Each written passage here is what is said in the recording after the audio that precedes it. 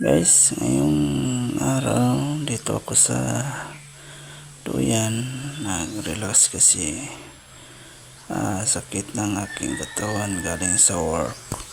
Pait pa lang, mahirap. Dito ako sa duyan ngayon, nag-relax. Ito yun guys, yung duyan. Dito ako sa kubo. Bago lang itong ginagawa ito guys, flooring na ito siya. Dito ako ngayon nag-relax kasi walang work. Dito na ako sa duyan, relax kasi merong karamdaman sa aking katawan guys. Hindi lang araw-araw pala happy yung katawan natin. Ingatan natin yung katawan para safety. Sa ngayon, dito ako sa duyan, nag-relax, nagpa-relax, tawag ito, yung nagpatulog para walang mga problema. Hindi lahat pala happy sa buhay. Ito yung ang buhay na ang isa sama ng aking sarili, pati na yung kong ina. Dito lang ako nag-relax, tulog ngayon para mawala ito yung mga problem. Itulog na lang, masyado crazy sa panahon ngayon. Wala tayong work kasi hindi na ko alam ano nararamdaman sa aking sarili. Kasi yung buhay natin wala palang forever sa ngayon, kasi hindi lahat happy. Ang sa sarili lang natin, balance lang pala yung happy, yung malungkot. Dapat 50-50 lang ang buhay. Hindi lang i-fall sa bawat ng merong gusto mo. Dapat i-balance lang talaga. Ito lang talaga guys. Ito, nagda ako ngayon ito sa kubo. Bagong ito lang ginagawa.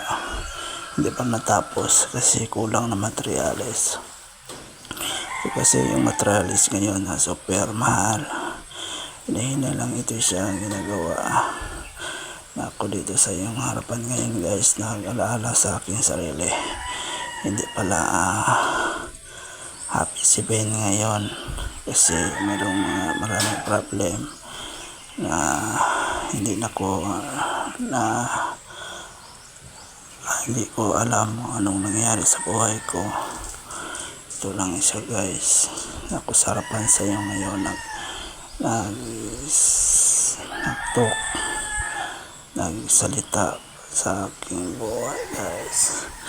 Ito talaga guys, ito lang talaga ang buhay guys, hindi talaga forever sa ngayon guys. Mahirap talaga guys, sa totoo lang kung yung bawat natin guys. Ito lang ako nagsalita ngayon para i-share ko ang aking sarili, anong maka-advise niyo guys. Kasi yung mga problema ko hindi ko sinabi lang, inatago lang ko, ina-private lang para wala mag-basher sa aking sarili guys. Nalang ko sa inyong sarili, nag-isip ng salita ngayon para i-share ko kung anong mga tulong sa inyo guys. Yung problem ko hindi lang hindi mabilang kano ito. Nasilita lang ako sa inyo na ngayong umaga guys. Paano maka-advise sa inyo lahat guys. Ito guys, hantok ako ngayon kasi ngayong araw din walang work kasi merong karamdaman sa aking sarili. Wala lang ako hindi lang ko alam anong nangyari ito. Anong katulong sa inyo ito guys, advice. Kasi yung boses ko hindi na malakas kasi hindi ko alam, wala ako nang inom ng alak. Baka kunin ako ni Lord anong nangyari sa akin.